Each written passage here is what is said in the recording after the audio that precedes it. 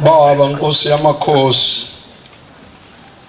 ngiyabonga somnganisi Thixo Baba ombokoti bovu nodudu nosenza khona silapha Nkosi ebusweni bakho sincinda izembe lezwi lakho kodwa sicela bankosi silincinde ngokugcina siphelele kulomuzi wakho ingcwele singaweli inkosi emazinyweni ezitha zethu sicela Nkosi noma sidlula kuleli lizwe umphefumulo wethu ingadlala emathanjeni njengemphefumulo yenyoka yaqalekiswa kwathi uyodla umuntu isithende yena ishaya ikhanda uma ifa umphefumulo wayo uhlala emathanjeni mayithambo lalo kuhlaba kuyafana nokuthi ikulumile ngoba umoya wayo usungayanga ezulwini. Nkosi yezulu nomhlaba siloba amagama ethu kulomuzi wenkosi inyanga yezulu silobe Nkosi yezulu nomhlaba singalahleki ngoba thina siyeduka imihla yonke ukuphila kwethu. Ngizongidlule ngomeni nje isibili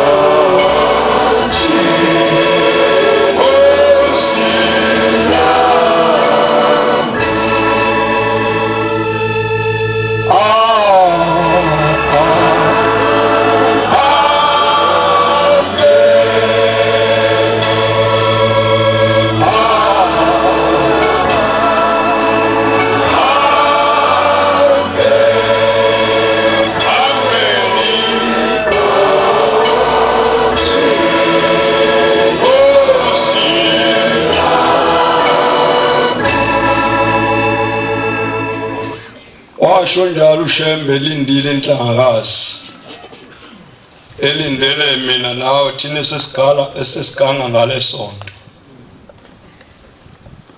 Wathi ngisize Nkosi yami eshehluphekile edla ukhothi.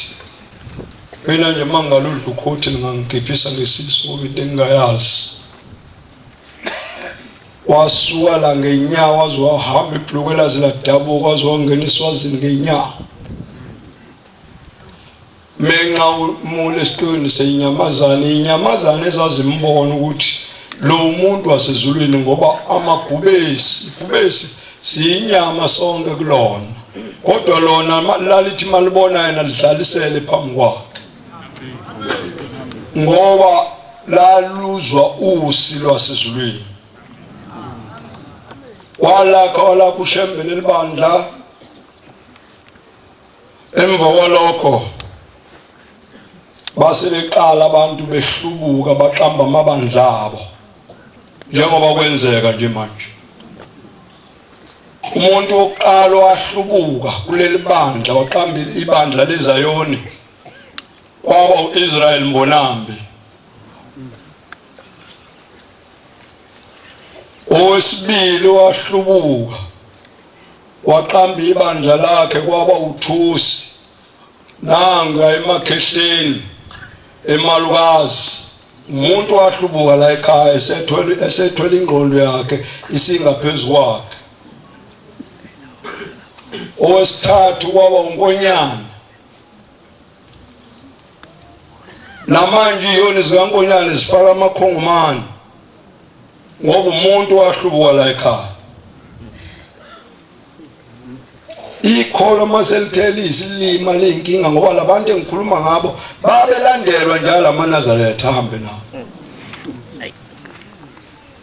Ikholo maselithengela isiduphu ngalivele ligila umhlolo.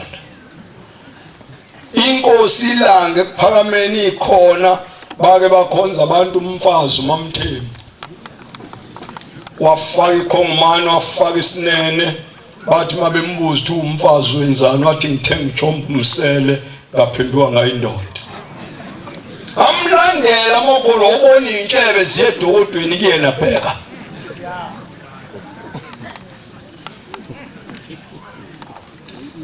Owalandela lapho kwaba umambamba wogwenza lo kwavela wakhulelwa bathi bafika bethi beze kuShembe kwathi uShembe ulele lebhodo yobelethe. Ngikhuluma ngezinto uManazethe mani ngatshelwa lezi zinto ngeke niphaphame. Angazi ke manje khona omunye osenizomkhonza ngazi noma uhlalele noma yini kodwa into enjalo. Ngoba la angazi ukuthi omunye umuntu unela kholo kube sekubanjani la ekhanda kuye. Asimose ukwenza into ezibhedayo inkosi ikhona. Amen. Nalabo babekhonza umfazi uMamthembu inkosi la ngayikhona yambiza kwalo. Lwaba lona usuku yathi wenzani la ekhaya. Wathi uyabhala uyacisha isithi lalela igama lakhe ngikunika lona usufebelina hamba la ekhaya. Kwaphela ngeswayi ngaye nakuwena kuzophela. Lento ekaNkulunkulu lento yala ekhaya inyanga ezulu yagcotshwa enhlangakazi. Amen. Sayinikwa ngokusemthethweni. Amen. Manje angazi ukuthi uzojomba waphi ngoba nobaba mkhulu washo mayimbuzi inkosi Solomon mntakadini Zulu. Yathi Shembe lento enkulu kangaka uma wenza ngoba uhambe emhlabeni izosala nabani. Wathi ungesabi ezinyane lendlovu. Wathi bakhona abafana bami abayithohlongwana ababili base college eManzimtoti. Wathi kubona ngeke kweqe lutho. Emva kwabo ibona bayahlela ukuthi benze njani ngesonto. Amen. Yahamba ke inkosi nalelo themba. Ithembela abakhona futhi. La ngenzansi inyanga ezulu yathi kade ifudumele ilapha kwabezizwe. Ithi kufika inkosi izongibheka kwaZulu isilo. Sifike sabuza ukuthi mangihamba ubani ozosala. Uthi ngisikhohlisile ngathi usibani bani. Awukazi usibona isikhukazi masifukamela amatshwele. Siyawafihla amatshwele mangabe eqhamuka ukhesha. Ngisikhohlisile ngathi usibani bani. Lo wavela washona nje eli. Safika naso sesiblank singasasuthu bani. Safika nje kuphela lapha ngenzansi sesithi baba ngiyakubongela ngoba abantu bayakuthanda ngoba kwakusanda kuthengwa iPM ithengelwe inkosi ithengwa amaNazaretha. Engisho ukuthi lento yala ekhaya wathi umntwana waphinda ngene esho enkosini inyanga yezulu baba ngicela ungibhabhatise. Ithi inkosi angithandi. Nesilo sathi baba ngicela ungibhabhatise. Wathi nakusona ngithandi ngoba nina umbuso wenu uphelela la emhlabeni. Niyaziyeka insuku isonto umsombuluko losibili losithathu losine losihlanu bese kuthi ke ngesabathi nidekelwa amada amatafula nobhekeni. Ngakho ngithanda ukunibhabhatisa ngokubusa kwenu konke nokwenza ngesabatha. Niziyeka zonke insuku zikaNkulunkulu kothi ke ngesabatha nibe senenza yonke imicimbi. Akangilungile ukuthi nginganibhabhatisa. Isikhathi sokuthi nibhabhatiswe asikashayi. Kusho ushembe. Umuntu ingqondo yakhe washwe ngeomo. Umuntu wasezulwini abelungu bafike into oqala bambuka eMaritzburg bethe bacela ukumbona base bethi asikaze sikubona uhleka wanelwa moyizela base besho ngesingisi batho phezulu kwabo bonke. Base bethi ke sicela ukubona la ubhale khona kwakhishwa isihlabelelo ingoma zekhwameni zehlulu uphuza ishukele zalo mashezi enkandla. Banele bathi inhlanje abelungu bayakwazi ukubona la kubhale khona umuntu wasezulwini nomuntu nedimoni. Base bebona ukuthi Thunderbird nyoniso. Uyabona base bemtshela ukuthi cha njengoba ubhale la njawusiya umuntu wakuleliso. Kodwa nawe bokuthatha isihlabelelo ulale ngomhlane empedeni wakho usibuke kahle uzwa amazwi abhalwe umuntu wasezulwini ubone ukuthi ayi lo muntu wayibhala la khona. Uyabona inkosi eMashayina yanele yabona ayafana nonke yathakulethu inki nephepha yathelu inki yayisiyobamba ngasinye isandla ngoba kwakumuntu omkhulu enamehla asezulwini. Yathi yakwazi ukuhlukanisa ukuthi isithupha sami nesakha zifana lo line oginqi ithupha wavela naMashayina ihlakaniphi. Akwazi ukuhlukanisa aMashayina ukuthi isithupha sami lasifana ukuthi ayibona kanjani lento angazi. Nezinto futhi ezabona ushembe la kuleli lizwe hayi la nje kaMbokodo wahlangana nomfana okwamthembu hamba nentombi emthandayo. Wakusanibonani bantu bami? Bathi yebo baba. Wathi wena mfana kaMthembu uzohamba kuhambe le ntombi othandana nayo uzosina nayo kodwa niyozala abafana abayisithupha mntanami. Kodwa bayoba amawele bayoza nga 2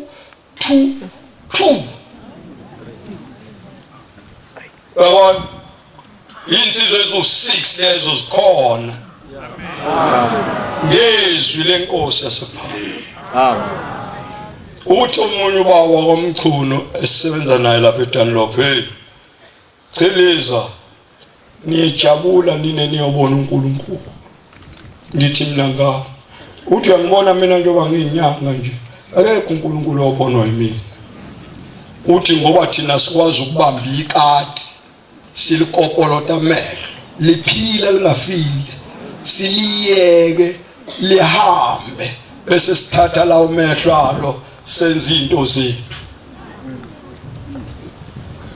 Kwavela omunye lo umthunu lo ayitshela lento usethatha impesheni, kodwa le ngikhuluma ngayo manje ukhona kwi department, uthi ngathi ngiyofuna umuthi wokushaya induku enyangeni.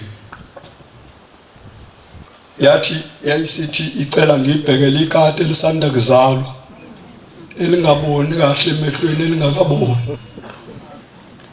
Awuna uthi ngalibheka yavele yalithatha lekati yalivalela ebhodweni, yayisiyabasa lashala laphela. Uthi wayesethatha leyo nsizi ke sengenzela umuthi ke, uthi yabona ngange ufuna lo muthi ichiliza ngoba ngidele. Ngithi mina wawufunelani lo muthi ngoba wenza umuntu angasali? Uthi yena cha, ngange ufuna ngoba ngimfishane abantu bangidelela, angifuna ukubashaya kahle. Uthi ngangabashayike sengidlela umuthi. Uthi kodwa into eyangithusa ukuze ngibuyele enyangeni ngithi ayiyokhipha, ngathi ngilele ngalibona ikati eliqathayo. Kithi mangithi ngelilandela ushona phe vele phelele emehlweni. Uthi kwaze kwaba kathathu. Uthi ngihamba ngayona ngathi khipha lento. Uthi ngenhlanhla ke ngoba ingane ngase nginazo. Uthi kodwa kuyiqiniso ukuthi ngangeke ngizale ukuba ngangiyekofuna lo muthi ingane ingakabi nazo. Phakathi kwenu khona benze njalo abayithena bona, isho njalo incwadi ithi khona abayithenile abayithene bona ngombuso wezulu. Khona umuntu okayenyangeni awufuna umuthi wokushaya induku, lo muthi uyekeni wenza abantu bangazali. Futhi angazi ukuthi nifunani emthini nikholo,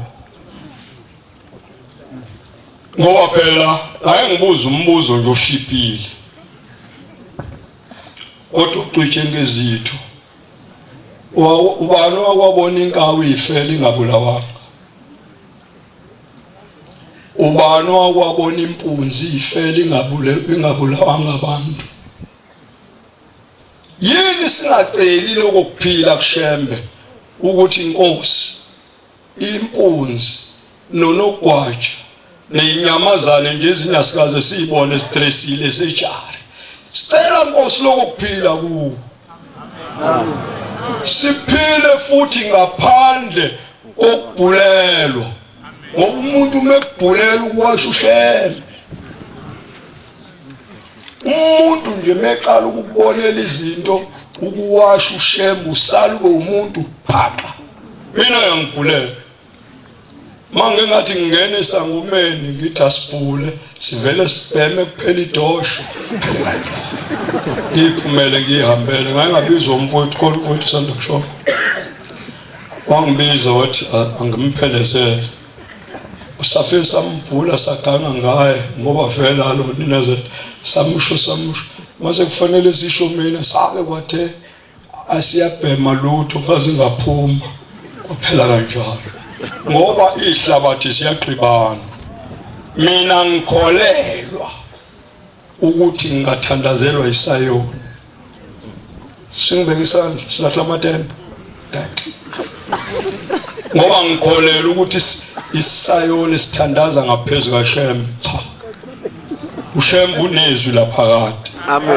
Ukuheda nje ngomthandazo akhuluma kakhulu vele asho kancane athi Nkosi Moses.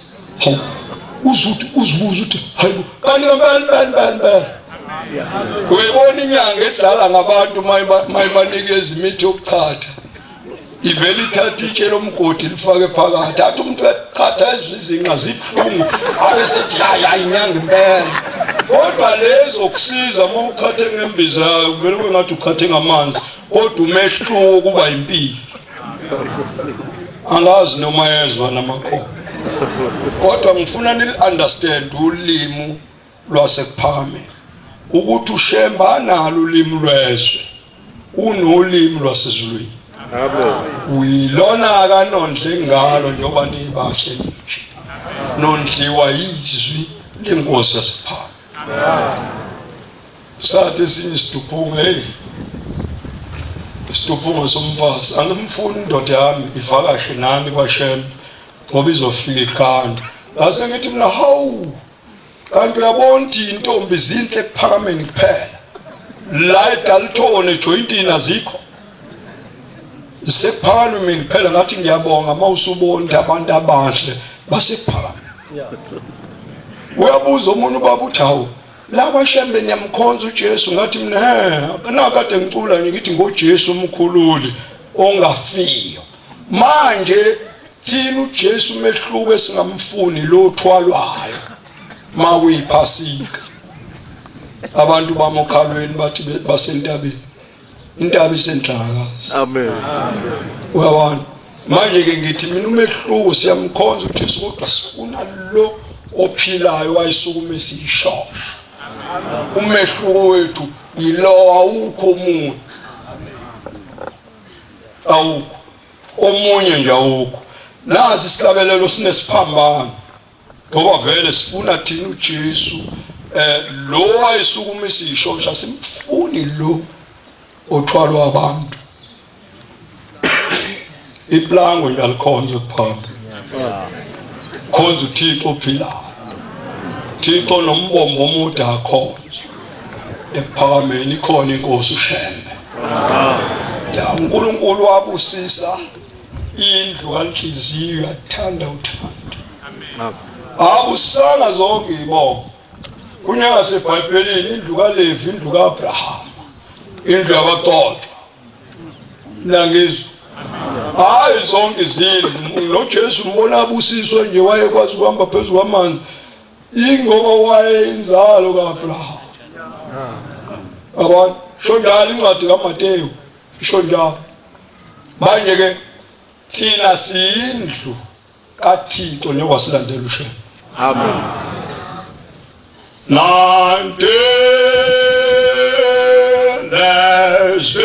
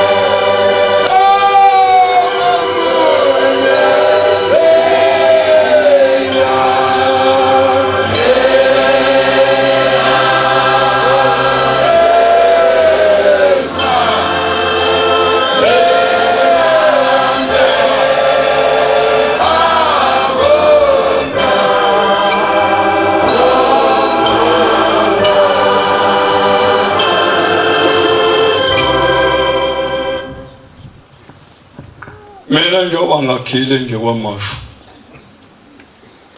thina kwamashu samaqada kwamashu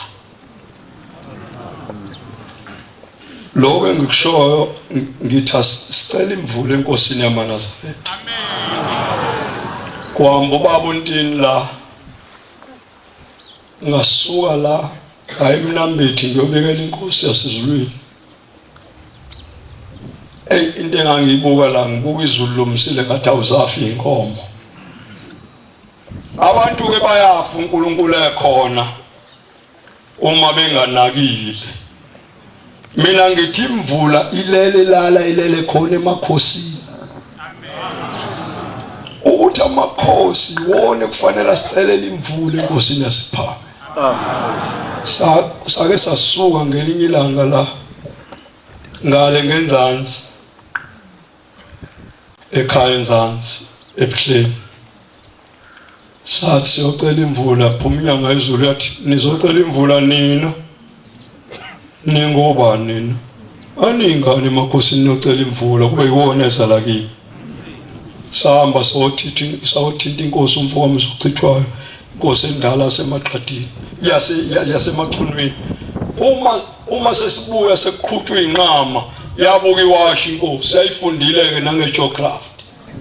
Yabuka iwashi nje yathi lizona ngo3 yashaya kankaza isicapha ngendlela. Ngo1 2 3 la ishaya. Ngoba sase sithinte ukhi amakhosi abekwa uNkulunkulu. Inkosi yasePharameni yafika eThembalimbe emzini waseThembalimbe yathi sakhe indle yodwa nje. Kwakuthi njalo abefundisi beenkonzo beyothandaza phezulu kwentaba umnqagayi bethi bacela imvula kuJesu. Kwase kusuka umfundisi womlungu uMateyu waya enkosini yakwaMthethwa indodana kaSokwetshatha umhlane.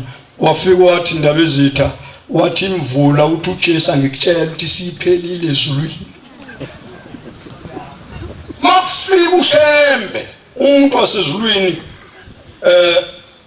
yayisembiza inkosi yathi awuShembe njalo abefundisi bayongicelela imvula, wena ungikhaleli lezweni la yoba lo msika nje.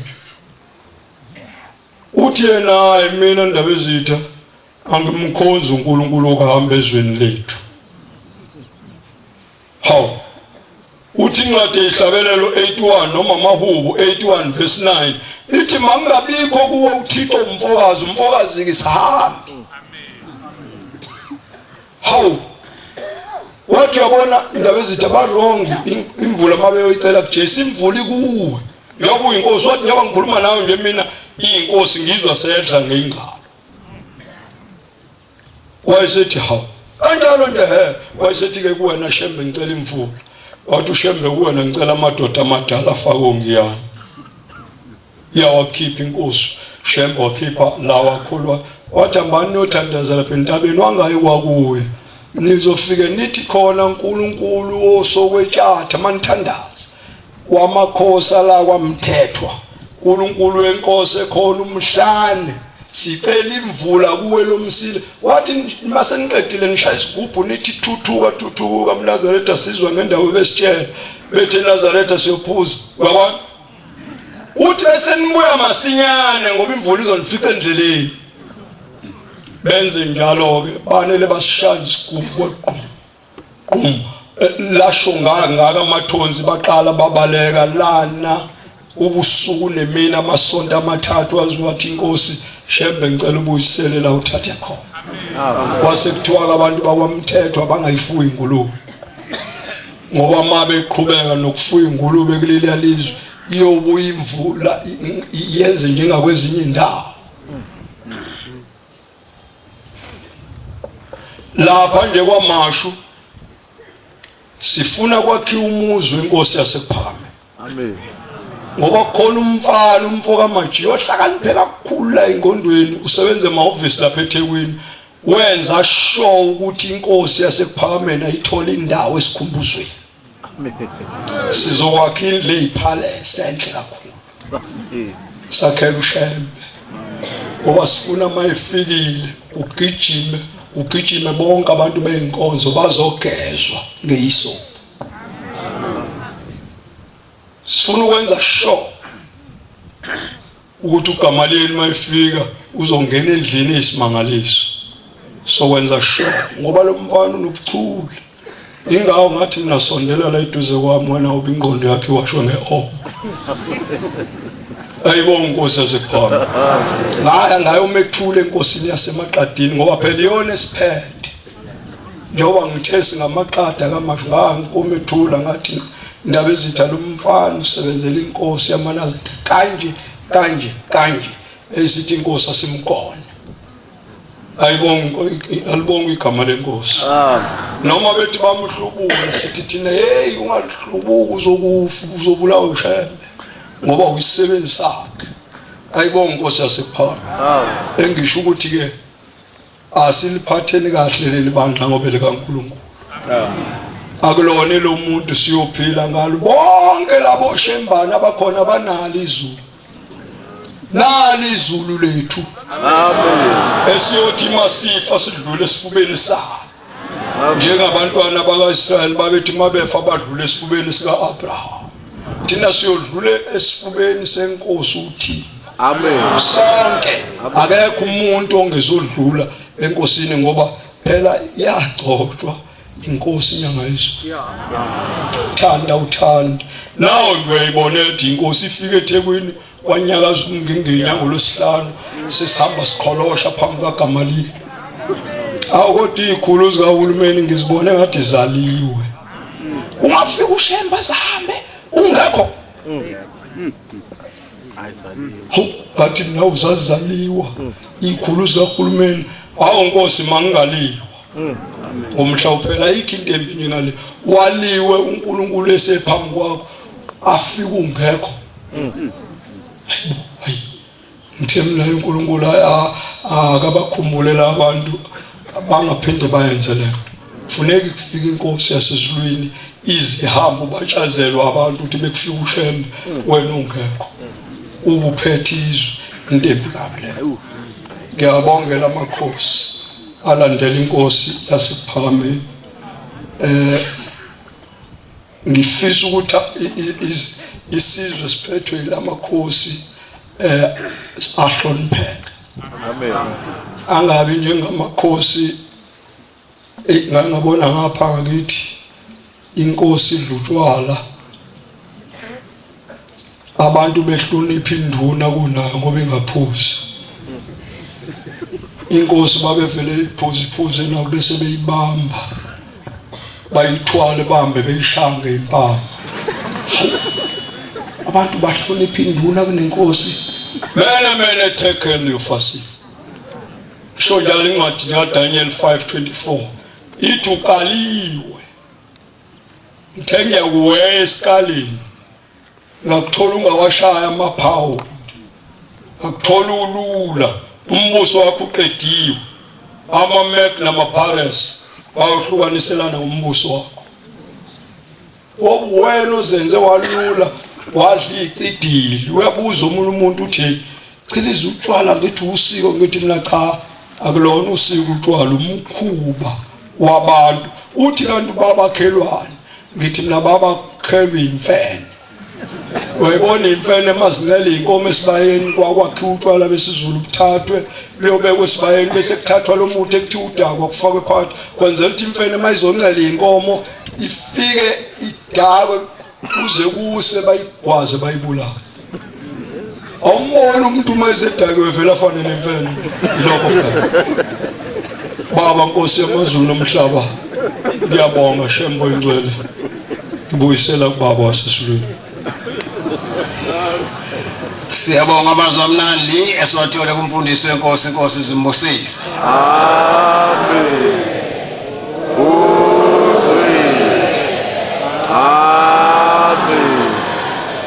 Sizophetha inkonzo sabatha basemini ngesihlabelelo 219 sizocela umvangeli uCibano walapha ekhaya kuba sihole ngaso sihlabelelo inkosi zimbusise. Amen.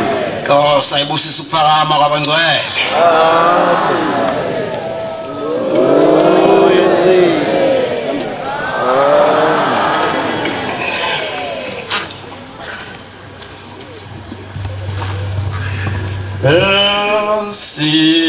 Silizwile